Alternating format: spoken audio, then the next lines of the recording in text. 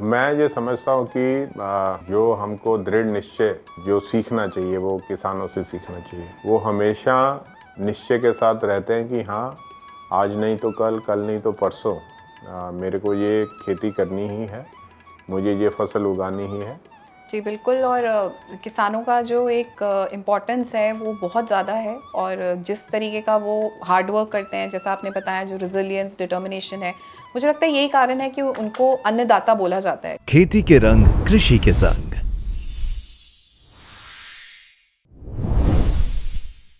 नमस्कार किसान साथियों, खेती के रंग कृषि के संग कार्यक्रम में आपका पुनः स्वागत है। मुझे मेरी साथी निधि ने आग्रह किया है कि आप ही किसानों के प्रश्नों का उत्तर दें, और मैं आशा करता हूं और कोशिश करूंगा कि आपके आए हुए प्रश्नों को अच्छे से मैं समझ के उनके बारे में बातें कर पाऊं और सुझाव दे पाऊं।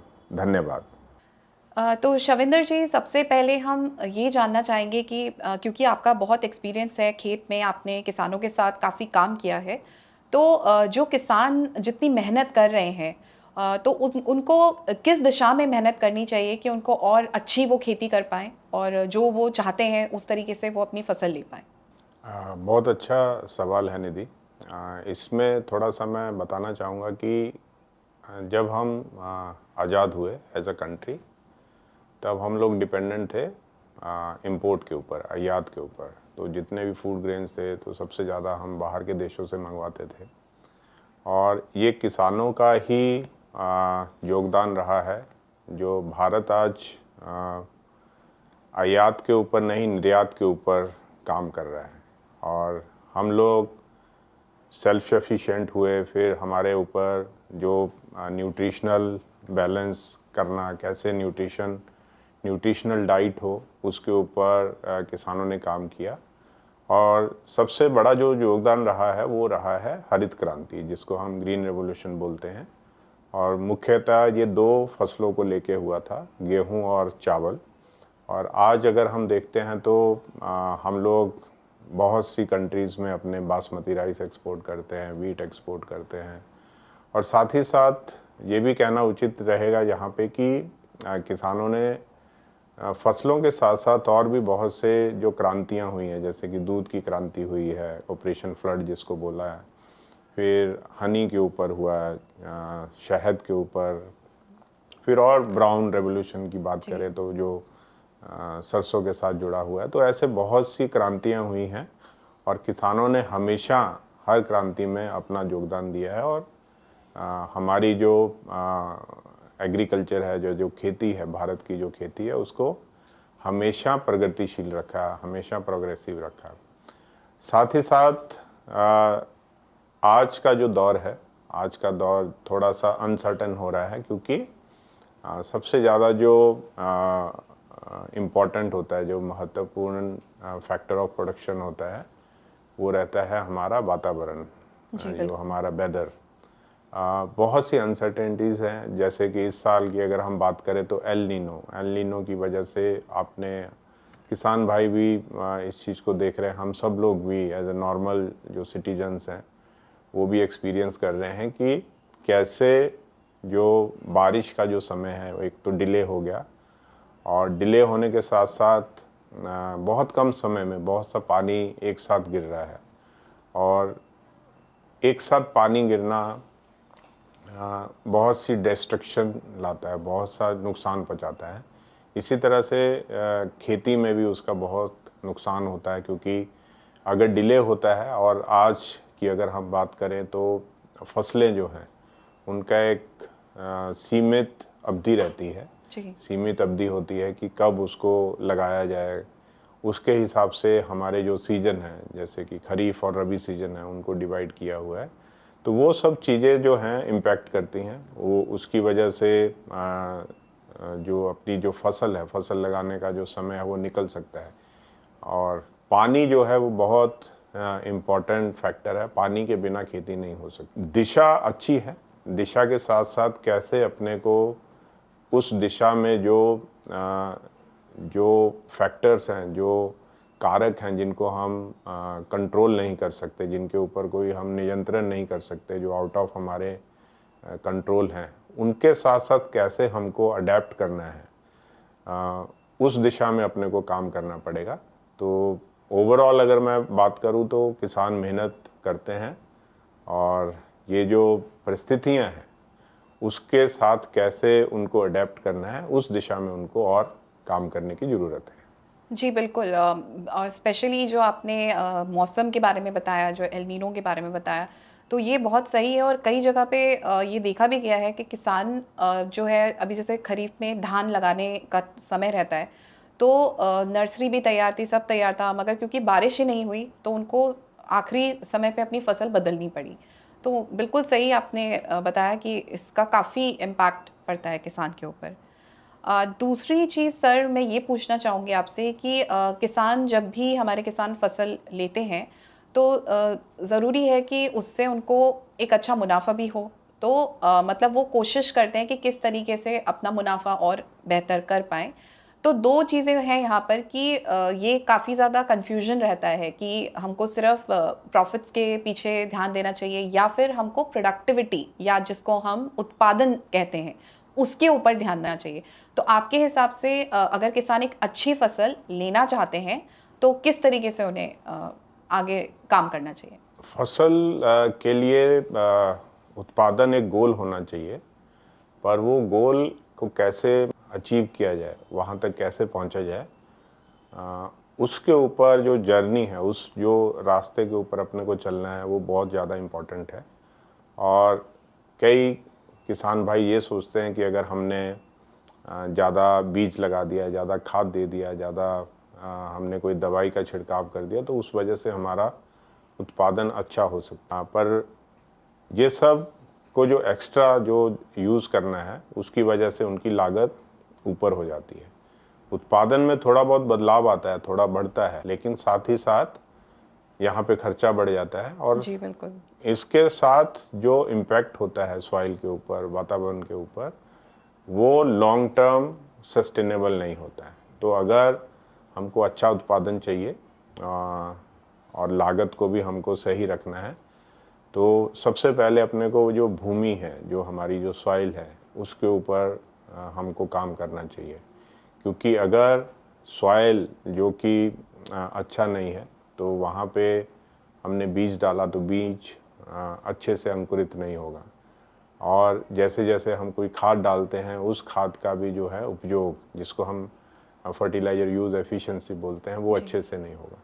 तो सॉइल के ऊपर काम करना चाहिए, क्योंकि आज सॉइल टेस्टिंग की अगर हम बात करते हैं तो वहाँ पे बात होती है कि कितने न्यूट्रिएंट हैं, बट सॉइल के लिए हमको सबसे इम्पॉर्टेंट देखना पड़ेगा कि सॉइल एक्टिव कितना है। एक्टिव का मतलब ये कहना है कि उसमें कितने माइक्रो ऑर्गेनिज्म हैं। तो माइक्रोबियल एक्टिविटी के ऊपर टेस्ट होना ज़रूरी है, क्योंकि अगर वो नहीं है तो जितना भी अगर हम खाद डालते हैं तो वो उसका एफिशिएंसी यूज़ नहीं हो पाता, एफिशिएंट यूज़ नहीं हो पाता है। तो उसके लिए ज़रूरी है कि हम माइक्रोबियल टेस्टिंग करवाएं सॉइल की। साथ ही साथ ऑर्गेनिक कार्बन, जो कि हमारी जो सॉइल्स में बहुत ज़्यादा कम है, उसको कैसे हम मेंटेन करें या कैसे हम और ऐड करें, उसके ऊपर हमको काम करना चाहिए। जैसे कि ग्रीन मैन्योरिंग अगर हम करें, तो साल में अगर 2 साल में अगर एक बार हम ग्रीन मैन्योरिंग करते हैं, तो वो एक ऑर्गेनिक मैटर ऐड करता है, और ऑर्गेनिक मैटर की वजह से माइक्रोबियल एक्टिविटी बढ़ने लगती है। तो ये सब जो चीज़ें हैं, इन चीज़ों का ध्यान रखना चाहिए। और जो उत्पादन की हम बात कर रहे थे, और जैसे हमने अपना सॉइल को अच्छा किया, और इसी तरह से अगर सही समय पे उचित मात्रा में पानी अगर हमने दिया, तो ये सब चीज़ें कंट्रीब्यूट करती हैं अच्छे उत्पादन की तरफ। और साथ ही साथ ये सब करने से जो बीज की जो क्वांटिटी है, उसकी जो क्वांटिटी है वो कम लगती है, क्योंकि अगर हम सही उसकी क्रॉप ज्योमेट्री, मतलब कितना उसका प्लांट टू प्लांट डिस्टेंस होना चाहिए, कितना उसका रो टू रो डिस्टेंस होना चाहिए, तो एक अच्छा प्रॉपर अगर हम क्रॉप ज्योमेट्री के साथ उसको लगाते हैं, तो वहाँ पे बीज की कमी होगी। फिर न्यूट्रिशन की अगर हम बात करें, तो कैसे और कब नाइट्रोजन देना है, कैसे और कब फास्फोरस देना है, पोटाश देना है, या और जैसे कि कोई एक पर्टिकुलर अगर फसल की अगर हम बात करते हैं या सोयाबीन की अगर हम बात करते हैं, क्या हम सीड ट्रीटमेंट कर रहे हैं, राइजोबियम से सीड ट्रीटमेंट कर रहे हैं, शुरुआत में नाइट्रोजन की मात्रा कम देते हैं क्या, तो ये सब चीज़ें इंपॉर्टेंट होती हैं, क्योंकि नाइट्रोजन की मात्रा अगर सोयाबीन में कम दिया तो उसमें जो नेचुरल उसकी जो कैपेसिटी होती है नोड्यूल फॉर्मेशन की, नॉड फॉर्मेशन की जिसको बात करते हैं, तो वो एटमॉस्फेरिक नाइट्रोजन को यूज़ कर पाती है। तो ये छोटी छोटी बातों को ध्यान में रखते हुए हम हर फसल की एक अलग रिक्वायरमेंट होती है, अलग ज़रूरत होती है, तो उसके हिसाब से हम उत्पादन का जो गोल है उसको भी अचीव कर सकते हैं, और लागत को भी कैसे हम नियंत्रण में रखें या कम करें, और कोई अगर हम इनपुट हम यूज़ नहीं कर पाए या यूज़ नहीं करते हैं या किसी वजह से नॉलेज नहीं है, और जैसे कि आज हम बात करते हैं तो पोटाशियम बहुत कम यूज़ करते हैं, म्यूरेट ऑफ पोटाश की अगर हम बात करें, तो ये छोटी छोटी बातें जो है बहुत बड़ा इम्पैक्ट करती हैं फसल्स के ऊपर, और उत्पादन बढ़ेगा, लागत भी अपनी कम रहेगी या ऑप्टिमाइज होएगी। जी, मुझे लगता है ये बहुत अच्छी चीज़ हम बता सकते हैं किसान भाइयों को कि उत्पादन और जो निवेश है वो दोनों ही ज़रूरी हैं। अगर हम उत्पादन बढ़ाना चाह रहे हैं तो उसी प्रपोर्शन में जो वो निवेश कर रहे हैं फसल के ऊपर, तो उसको भी कहीं ना कहीं हमें ध्यान में रखना पड़ेगा कि किस तरीके से खर्चा कर रहे हैं। अगर कहीं पे संभावना है कि उसको थोड़ा सा ऑप्टिमाइज़ किया जा सकता है तो उससे कहीं ना कहीं आय में वृद्धि होगी, क्योंकि जो आपका उत्पादन है वो भी बढ़ा और आपने कुछ पैसा बचा लिया। और साथ ही मुझे लगता है आपने बहुत ही अच्छे तरीके से बताया कि जो मैं समझ पाई हूँ इससे कि सिर्फ एक ही चीज़ के ऊपर हम निर्भर नहीं कर सकते, और मतलब अगर हम सिर्फ सोचें प्रोडक्टिविटी या उत्पादन, उसके लिए जो ज़रूरी चीज़ें हैं वो जब तक हम खेत में नहीं कर रहे हैं, जैसा आपने बताया सॉइल टेस्टिंग है या जैसे न्यूट्रिएंट्स का इम्पॉर्टेंट रोल जो है, तो जब वो जर्नी जो है अगर हम सही से कर पाते हैं तो कहीं ना कहीं फिर जो हमारा गोल है कि हमें एक अच्छा उत्पादन चाहिए, वहाँ हम ज़रूर पहुँच सकें। साथ में मैं ये भी पूछना चाहूँगी सर आपसे कि काफ़ी सारी चीज़ें आपने हमें बताई, और मुझे लगता है हमारे किसानों को भी ये जान के बहुत इंसाइट्स मिलेंगे इससे। मगर अगर मैं किसी एक दो चीज़ों के बारे में बोलूँ कि क्या ऐसा वैज्ञानिक तरीके से किसान कर सकते हैं जिसको हम साइंटिफिक इंटरवेंशंस बोलते हैं, जिससे कि उनको उनकी खेती में और बेहतर परिणाम मिले, तो ऐसा क्या हो सकता है? कृषि जो है वो किसी एक या दो फैक्टर ऑफ प्रोडक्शंस नहीं होते हैं। इसका जो प्रबंधन है वो इस तरह से है कि कैसे बीज का चयन करना है, कैसे सॉइल जो मिट्टी है उसको कैसे प्रिपेयर करना है, फिर सबसे इम्पॉर्टेंट अगर हम बात करें कि पानी, अगर पानी नहीं है तो कितना भी अच्छा सॉइल हो, कितना भी अच्छा हमारा बीज हो, तो हमारा जो उत्पादन है वो नहीं हो सकता, क्योंकि अंकुरित होने के लिए बीज को पानी की ज़रूरत पड़ती है, मॉइस्चर की ज़रूरत पड़ती है, क्योंकि बाई नेचर अगर हम सीड सॉइल में डालते हैं तो सबसे पहले वो पानी जो है बीज एक तरह से लेता है, और उसकी वजह से वो फूलता है, सबसे पहले उसका रूट निकलता है, फिर वो शूट निकलता है और वो ऊपर की तरफ आता है। ज़्यादातर जो भारत की जो खेती है वो रेन फेड है, मतलब ज़्यादातर जो किसान हैं वो डिपेंड करते हैं कि कैसे मानसून आए और मानसून में कि अराउंड उसकी तैयारी करें अपनी फसल की। और जैसे अभी आप पैडी की बात बता रहे थे, इसकी धान की जी, कि बहुत से किसान नर्सरी लगा लेते हैं।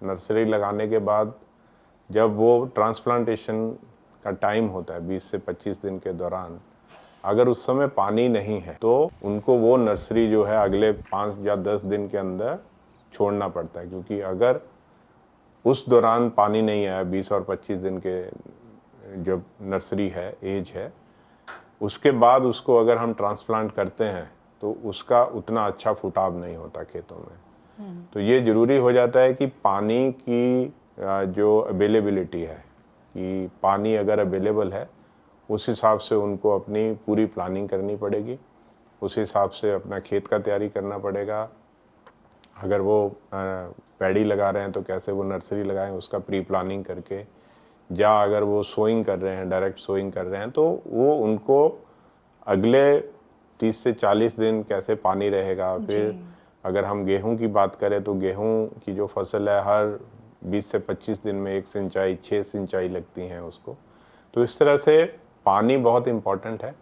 और अगर किसानों के पास नहर का पानी है या बोरवेल का पानी है तो उस हिसाब से वो अपनी खेती का जो है प्लान कर सकते हैं। शविंदर जी, हम सभी जो है हमसे कभी ना कभी कुछ गलतियां हो जाती हैं, और अगर हम खेती के बारे में मैं स्पेसिफिकली बात करूं तो किसान बहुत मेहनत करते हैं, बहुत पसीना लगता है, तब जाके फसल निकलती है। तो ऐसी क्या छोटी छोटी गलतियां हैं जहां पर कि अगर किसान उसको पहले से समझ लें और जिसे हम बोलते हैं कोर्स करेक्शन, अगर वो कर पाएँ तो उनको मदद मिलेगी अपनी फसल को एक बेहतर फसल के टर्म्स में लेने में? मेरे हिसाब से गलतियां तो नहीं होती हैं। किसान जो है अपनी मेहनत कर रहे हैं, और जो उनका क्योंकि वो जनरेशन बाय जनरेशन सीखते आ रहे हैं। और अगर हम बात करें कि उनको बदलाव कहाँ पे लाना है, गलती नहीं बोल के कहाँ पे वो बदलाव ला सकते हैं, तो मैं ये देखता हूँ कि बहुत से जो हम ज़्यादातर जो किसान भाई हैं वो एक ही फसल को लेके, जैसे खरीफ में अगर वो पैडी लगा रहे हैं तो वो पैडी ही लगा रहे हैं, और अगर रबी की अगर हम बात करें तो वो वीट लगा रहे हैं, गेहूं लगा रहे हैं। तो क्या हम ऐसा कुछ बदलाव करें कि फॉल आर्मी वार्म, जैसे कि अगर हम बात करें कि मक्का के ऊपर इम्पैक्ट करता है, उसको फसल को ख़राब करता है, तो क्या मक्के वाले जो किसान हैं क्या वो सोयाबीन लगा सकते हैं? बट उनको पहले ये देखना पड़ेगा कि क्या वहाँ की जलवायु, क्योंकि क्लाइमेट के ऊपर बहुत फ़र्क पड़ता है, हर फसल हर जगह नहीं हो पाती। जी बिल्कुल। तो क्या पैडी की जगह, चावल की जगह क्या वो मक्का लगा सकते हैं, क्या वो मक्का की जगह सोयाबीन लगा सकते हैं या कॉटन लगा सकते हैं, जैसे कि खरीफ की जो अलग अलग फसलें हैं।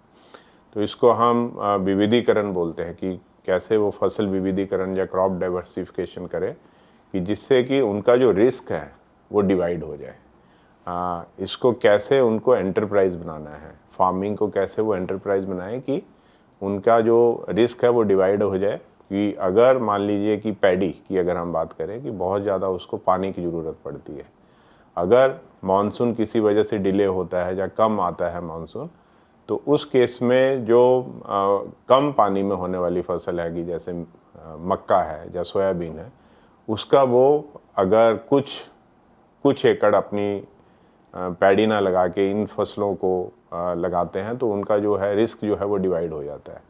तो ये थोड़ा सा बदलाव करने की ज़रूरत है। और क्योंकि क्लाइमेट चेंज हो रहा है, क्लाइमेट के साथ साथ हमको भी उस हिसाब से अडेप्ट होना पड़ेगा। मतलब क्लाइमेट को हम बदल नहीं सकते, उसको कंट्रोल नहीं कर सकते, बट कैसे हम जो भी परिस्थितियां हैं उसमें हम कैसे अपने आप में अपनी पद्धति में कैसे बदलाव लाएं, वो करने की ज़रूरत है। साथ ही साथ जैसे पहले भी मैंने बात किया कि जो फैक्टर ऑफ प्रोडक्शन है कि जो जिस वजह से हमारी फसल उत्पादन होती है कि जैसे सबसे पहले मिट्टी है, मिट्टी की बनावट है, कैसे हम उसकी फिजिकल, केमिकल, बायोलॉजिकल प्रॉपर्टीज़ को बदल सकते हैं, कैसे हम अच्छा बीज का चयन करें, सर्टिफाइड बीज लें, फिर कैसे हम बीज प्रबंधन करें, मतलब सीड ट्रीटमेंट करें, फिर कैसे हम प्रॉपर उसका जो row to row distance, plant to plant distance maintain करें, सही समय पे हम अगर हम इंटीग्रेटेड पेस्ट मैनेजमेंट की बात करें कि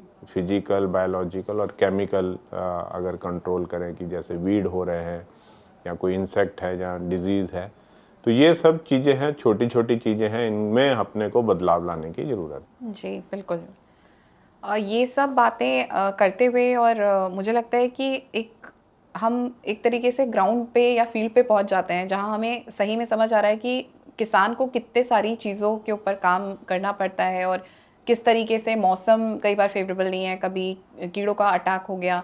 तो यहाँ पर जब हम आपस में चर्चा कर रहे हैं तो एसी में बैठ के अच्छे माहौल में एकदम चर्चा कर रहे हैं, मगर जब किसान खेत पे काम कर रहा है जहाँ पे फसल कभी बहुत ज़्यादा बारिश का सामना कर रही है, कभी कीटों का सामना कर रही है, तो उस फसल की जो हालत है उसके ऊपर आप क्या कहना चाहेंगे? तो देखिए उसमें ये है कि जो फसल है, जैसे हमारी दिनचर्या रहती है, फसल का भी एक पूरा एक रूटीन रहता है कि इस समय में अगर मान लीजिए पैडी की अगर हम बात करते हैं, तो पैडी जो चावल है, चावल का जो ग्रोथ होता है वो हॉट एंड ह्यूमिड क्लाइमेट में होता है। जी। और उस समय अगर बारिश है, पानी है, अगर पानी नहीं है तो पानी का भी की वजह से भी फसल को जो है इम्पैक्ट होता है। तो ये जो वातावरण की जो परिस्थितियां हैं उसको कैसे हम अडेप्ट करें, कैसे हम ये सही ध्यान में रखें कि जो मॉनसून है उसकी क्या प्रेडिक्टेबिलिटी है, कैसे टेक्नोलॉजी को हम अपनी खेती में इम्बेड करें, मतलब कैसे हम जो अलग अलग टेक्नोलॉजीज़ हैं कि जैसे वेदर एडवाइजरी है, क्या हम सैटेलाइट इमेजरी से कुछ सीख सकते हैं, क्या हम जो आजकल जनरेटिव एआई की बात हो रही है जी। तो उससे हम कैसे प्रेडिक्टेबल एक अपना शेड्यूल बना सकें। तो ये सब चीज़ों का ध्यान रखते हुए खेतों में भी हम बदलाव ला सकते हैं, अपनी खेती की पद्धति में भी बदलाव ला सकते हैं। इसी तरह से अगर हम रबी सीजन की बात करें और जिसमें कि मुख्यतः फसल जो है गेहूं रहती है, तो उसमें अगर टेम्परेचर कम नहीं होता है, टेम्परेट नहीं होता है, जी। तो वहाँ पे भी उसका जो दाना है उसमें जब वो डो भरता है, जो उसमें जो दूध भरता है, मिल्किंग स्टेज की अगर हम बात करें, अगर वहाँ पे भी अगर टेम्परेचर बढ़ जाता है तो वो उतना अच्छा अपने को दाना नहीं मिल पाता है। तो ये बहुत सी चीज़ें हैं क्योंकि नेचर ने ही सब कुछ दिया है और अभी क्योंकि नेचर चेंज हो रहा है तो हमको उस हिसाब से यहाँ पे भी अपनी पद्धतियों में भी बदलाव लाना पड़ेगा। तो शवंदर जी, आपने जैसे ज़मीनी स्तर पे काफ़ी काम किया है, तो पहले के समय में अगर हम देखें तो कुछ ऐसी मान्यताएं रही होंगी जिन्हें सही माना जाता होगा या किसान काफ़ी अडॉप्ट करते होंगे, मगर आपने अपनी जर्नी में या साइंस ने जब और काम किया उस चीज़ों पे, तो क्या कुछ ऐसे बदलाव आए हैं उन मान्यताओं के ऊपर जो पहले के कंपैरिजन में अब थोड़ा अलग तरीके से किसानों को करना चाहिए या बताया जाता है? मान्यताओं की अगर बात करें तो ये सब जो है हम लोग सीखते हैं, किसान भी सीखते हैं। अगर ये बदलाव नहीं हुआ होता तो हरित क्रांति नहीं हुई होती, क्योंकि उस समय की जो हमारी जो वैरायटीज़ थी, जो गेहूं की वैरायटी हो या चावल की वैरायटी हो, उनकी जो किस्में अलग थी और जो हमारे साइंटिस्ट जो लोग हैं उन्होंने काम किया, नई वैरायटीज़ लाए, हाइब्रिड वैरायटीज़ लाए, तो किसानों को बताया उनके बारे में और कैसे कैसे उन वैरायटीज़, उन किस्मों से कैसे उत्पादन लेना है, क्योंकि उनको हाई यील्डिंग वैरायटी बोलते थे। उनका जेनेटिकली जो था उसका जो स्ट्रक्चर था वो अलग था। तो उस समय एक मान्यता थी कि हमारा जो डोमेस्टिक जो पुराना हमारा जो गेहूं था उसका रंग अलग था जी। और जब ये हरित क्रांति वाला जो गेहूं लगा तो उसका जो रंग था वो अलग था थोड़ा। तो शुरू में ये अडेप्टेशन या अडॉप्ट करने में थोड़ी हिचकिचाहट थी, पर जैसे जैसे दिखाने से, मतलब एक्सप्लेन करने से, बताने से, या जैसे हम तकनीक प्लॉट करते हैं जी। तो बोलते हैं ना कि देखने के बाद काफ़ी हम विश्वास करने लगते हैं। जी बिल्कुल। तो उस हिसाब से किसानों ने भी उन बदलाव को धीरे धीरे देखते हुए अपनाया और जैसे कि हम हाई यील्डिंग वैरायटीज़ की बात करें तो उन्होंने वैरायटीज़ के साथ साथ जो बताया गया कि आपको किस तरह से न्यूट्रिशन ज़्यादा देना है, तो हरित क्रांति से पहले की बात करें तो हम ज़्यादातर ऑर्गेनिक जो इनपुट्स के ऊपर ज़्यादा डिपेंडेंट थे जी। बट वो ऑर्गेनिक इनपुट्स उतना जो न्यूट्रिशन जितना हमारी ये जो हाइब्रिड किस्मों को चाहिए था वो नहीं दे पा रहे थे। तो उस वजह से इनऑर्गेनिक फर्टिलाइजर्स आए जिसकी वजह से कि नाइट्रोजन अच्छा मिले, पोटाश मिले, फॉस्फोरस मिले। तो ये धारणाएं बनने लगी कि जितना ज़्यादा हम फर्टिलाइज़र डालेंगे, जितना ज़्यादा हम पानी देंगे, उतना अच्छा हम उत्पादन ले पाएंगे। पर धीरे धीरे अब किसान भाई भी ये समझ पा रहे हैं कि ज़रूरी नहीं है कि हम जितना ज़्यादा बीज डालें, जितने ज़्यादा हम प्लांट लें, या जितना ज़्यादा हम यूरिया डालें, या जितना ज़्यादा हम और खाद डालें, पानी डालें, तो उतना अच्छा उत्पादन मिलेगा। नहीं, ये धारणाएं जो हैं जो है समय के साथ साथ बदलती रहती हैं। धारणाएं पुरानी जो बनती हैं वो समय के साथ साथ हर किसान को, हमको रियलाइज होने लगता है कि नहीं, इसमें भी बदलाव किया जा सकता है। अगर हम बात करें कि इनऑर्गेनिक फर्टिलाइजर्स, तो जैसे यूरिया की बात करें, या डीएपी की बात करें, या म्यूरेट ऑफ पोटाश की बात करें, ये तीनों के अलावा भी जैसे कि कैल्शियम है, मैग्नीशियम है, सल्फ़र है, फिर बहुत से माइक्रो न्यूट्रिएंट हैं जैसे बोरोन है, तो ये बहुत ज़रूरी हो जाते हैं। बोरन है, आयरन है, ये बहुत ज़रूरी हो जाता है कि इनको भी फसल को दिया जाए। तो ये धारणाएं भी अभी धीरे धीरे बदल रही हैं कि बहुत से किसान भाई जो हैं जिंक का उपयोग कर रहे हैं, पैडी में जिंक का उपयोग कर रहे हैं। सल्फ़र जो है कि बहुत इम्पॉर्टेंट हो जाता है कि यहाँ पे ऑयल सीड क्रॉप्स है, कि जैसे मस्टर्ड की अगर हम बात करें, या ग्राउंडनट की बात करें, या सोयाबीन की ही बात करें, और फिर अगर हम बात करते हैं मक्का की बात करते हैं, तो वहाँ पे बहुत ज़्यादा ज़रूरत होती है फास्फोरस और पोटाश की। तो ये धारणाएं समय के साथ साथ बदल भी रही हैं, और कुछ धारणाएं बदलने के लिए थोड़ा समय लग रहा है। जी बिल्कुल। तो बट मैं यही समझता हूँ कि किसान भाई भी हमारी तरह ही हैं, और वो भी हर रोज़ नया कुछ सीखते हैं, नया कुछ बदलाव लाने की कोशिश करते हैं, और वो सही रास्ते पे चल रहे हैं।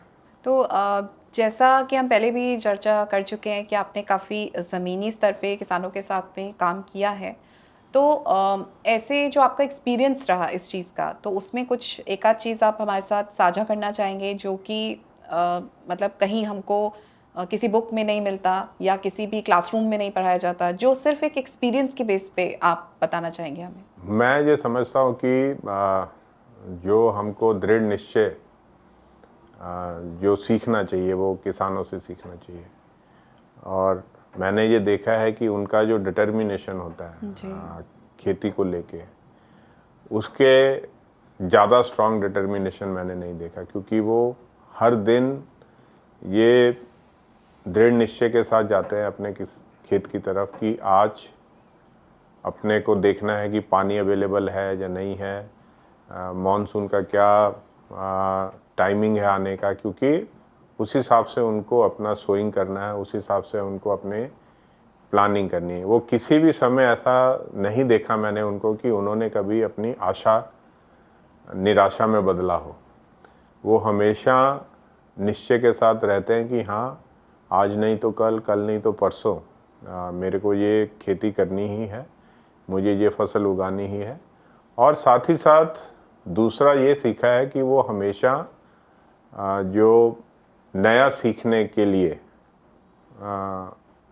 ओपन रहते हैं। वो हमेशा, अगर हम जैसे किसानों के साथ जाते हैं, बैठते हैं, गोष्ठी करते हैं, वो बहुत ध्यान से सुनते हैं। ध्यान से सुन के साथ साथ कहीं पे उनको कुछ डाउट होता है, या कहीं पे उनको कुछ लगता है कि उनको समझ नहीं आया है कोई चीज़, तो वो खुद से आगे सामने से पूछते हैं।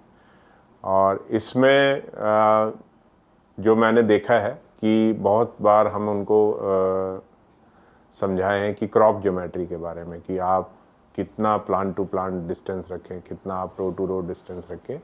वो सीखते हैं और वो करते भी हैं। फिर बहुत सी चीज़ें हैं जो यांत्रिकरण या मैकेनाइजेशन के ऊपर अगर हम बात करते हैं, तो वो भी उन्होंने बहुत अडेप्ट किया है। बहुत हमने काम किया है गेहूँ इसमें, पैडी में, चावल में, और बहुत से किसानों को ये देखा हमने कि वो बहुत ज़्यादा गहरी जुताई करते हैं, पडलिंग करते हैं। तो जब हमने उनको बताया कि इसकी जो रूट है वो 25 से 30 सेंटीमीटर से ज़्यादा गहरी नहीं जाती है, तो किसानों को भी उस चीज़ को उन्होंने रिलेट किया और समझा, और उन्होंने जो पडलिंग है वो एक ऑप्टिमम पडलिंग अडॉप्ट किया। और उन्होंने बाद में आके खुद से बताया कि क्या उनका समय बदला, क्या उन्होंने समय में बचाव किया, कैसे उन्होंने ओवरऑल जो 2 घंटे या 3 घंटे चलाते थे खेत में पडलिंग के दौरान, तो कैसे उन्होंने जो डबल केज व्हील जी, हटा के रोटावेटर के साथ कैसे पडलिंग करना शुरू किया, तो वो भी जो है बदलाव करना चाहते हैं, नया सीखना चाहते हैं। तो दो चीज़ें हैं, एक तो डिटर्मिनेशन उनका, जो उनका दृढ़ संकल्प रहता है अपने आप से, अपने कार्य के लिए, अपनी खेती के लिए, और दूसरा जो है उनका ओपन टू लर्न, मतलब वो हमेशा सीखने के लिए तत्पर रहते हैं। और ये दो चीज़ें उनसे सीखने को बहुत अच्छे से मिली है। जी बिल्कुल। और किसानों का जो एक इम्पोर्टेंस है वो बहुत ज़्यादा है, और जिस तरीके का वो हार्ड वर्क करते हैं, जैसा आपने बताया, जो रिजिलियंस, डिटर्मिनेशन है, मुझे लगता है यही कारण है कि उनको अन्नदाता बोला जाता है, क्योंकि उनके बिना मुझे नहीं लगता कि कोई भी कंट्री सेल्फ सफिशिएंट बन सकती है। जो ये एक नेसेसिटी है, तो मुझे लगता है कि ये बहुत सही आपने बताया। तो सर, अब अपना जो अगला पॉडकास्ट रहेगा खेती के रंग कृषि के संग, तो इसमें हम अगले पॉडकास्ट में किस विषय के ऊपर चर्चा करेंगे? निधि, जैसे अभी हमने बात की ओवरऑल की, कैसे कैसे हमारी ग्रीन रेवोल्यूशन हुआ, कैसे बदलाव आए, कैसे किसानों ने बदलाव किया, किसानों के बारे में मैंने क्या सीखा अपने ओवरऑल एक्सपीरियंस में। जी। तो अभी थोड़ा सा हम अगले पॉडकास्ट में बात करेंगे दो फसलों के बारे में, जो कि खरीफ की फसलें हैं, धान और मक्का। जी। तो इसके बारे में हम चर्चा करेंगे। किसानों के जो प्रश्न आए हैं उसके ऊपर हम चर्चा करेंगे, और जो भी हमारी साइंटिफिक जानकारी है उनके साथ साझा करेंगे। Thank you so much sir. धन्यवाद निधि। तो मिलते हैं अपने अगले पॉडकास्ट में खेती के रंग कृषि के संग में। Thank you so much. खेती के रंग कृषि के संग।